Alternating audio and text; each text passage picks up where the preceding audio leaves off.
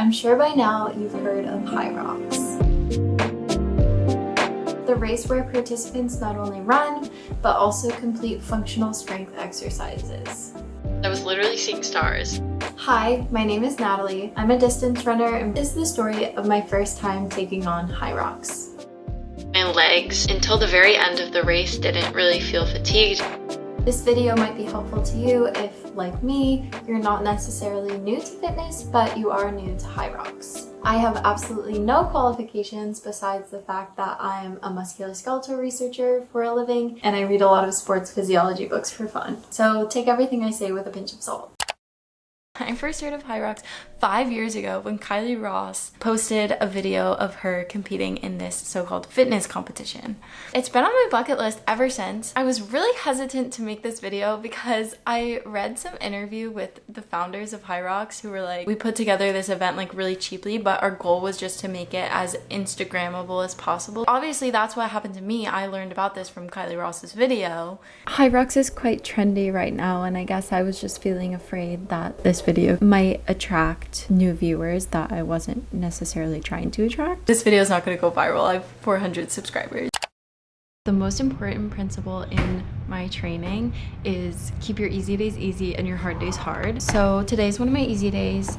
I'm going to do a short run and a low heart rate circuit is what I call it. Basically, I do low or no weight exercises and I try to keep my heart rate in like zone 2, and it's to practice transitioning running to exercise without having this explosion of heart rate. So I run pretty slow. I do low or no weight on the exercises. I'm going to do my run on the treadmill just because this track is kind of annoying. It has like hills. One disclaimer, I try not to talk about specific paces or weights because everybody is on their own journey. Listen to your body and you know what's best for you. Today is my long run day, which usually takes a little bit of extra motivation, especially since it's the weekend and it like takes a long time. It's a lot easier for me to do a long workout like on a work day. I always have to make the long run some sort of fun adventure. So I'll either go down and run by the water, or today I'm running to the library. I'm gonna get a DVD, so that's why I have my backpack today. Anyway, I think I'm trying to go for 80 minutes. Pretty simple workout today. 20-minute run.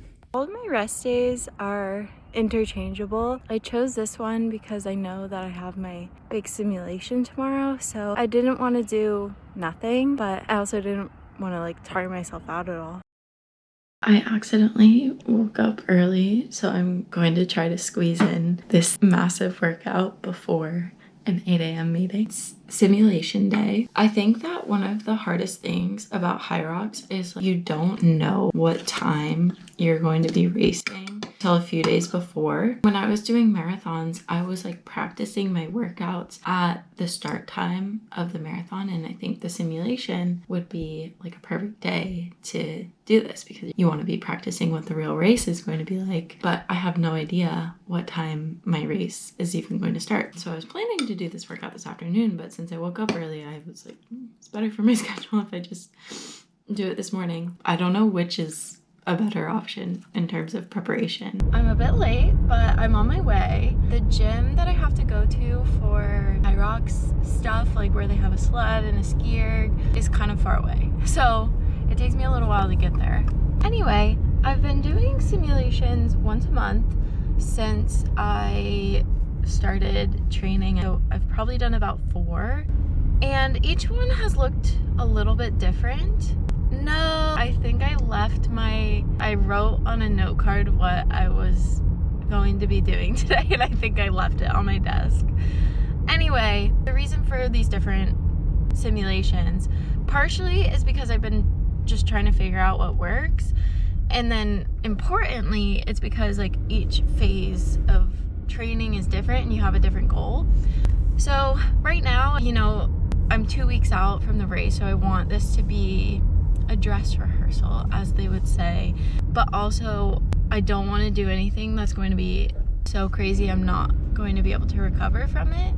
So I'm cutting the running in half, but doing all of the stations and we'll see how it goes. I don't know how much I'm going to film because I'm going to be very focused, but maybe afterward I'll run back and get some shots for the video. Today's my rest day, which is potentially a little bit boring, but obviously a really necessary part of training. I'm never completely sedentary. I walk to work and just walk around all day, but I try to, you know, take it easy, no structured workouts. It's very important to give yourself time to recover, especially after a hard workout, so that your body can make adaptations.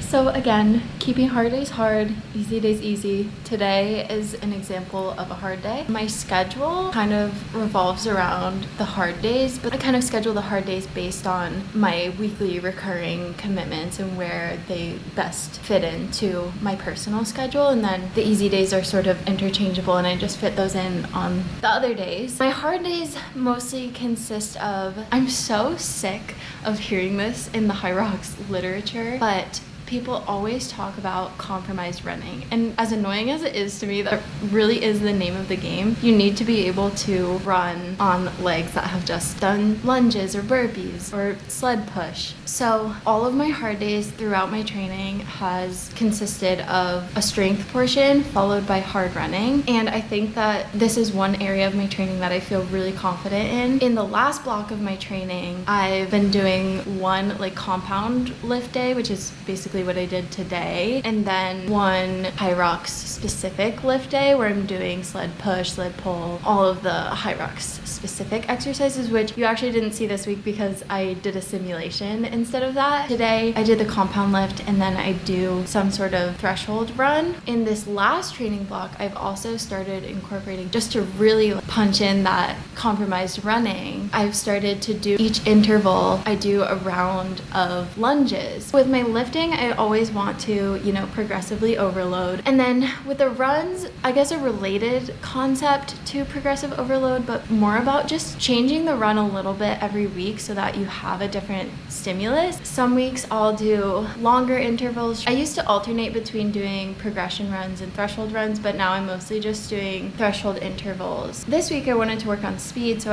I was actually doing a little bit shorter intervals at a faster speed. Just did another little short, easy run. Those are the majority of the workouts, and they are for a reason, because you don't want to go hard every day. And I'm trying to do as much running as possible because this is an endurance event. To taper is to trust. You have to trust in your training and feel confident to be able to rest. And sometimes if you aren't confident in your training, you would rather keep training harder than allowing yourself rest. I'm not feeling confident about my race mostly for external reasons rather than my training. I had 102 fever during what was supposed to be my peak week of training, and then I'm working 8 days in a row on my feet leading up to my race, so I don't really feel like my legs are going to be recovered for the race. The training as a whole like hasn't really gone as I wanted, and I think like part of that is just being first time. In my marathons I learned about internal versus external wisdom. When you're first starting out, you have to rely a lot on external wisdom and what other people tell you before you actually start to learn what works for you. So all that to say, tapering is feeling hard right now.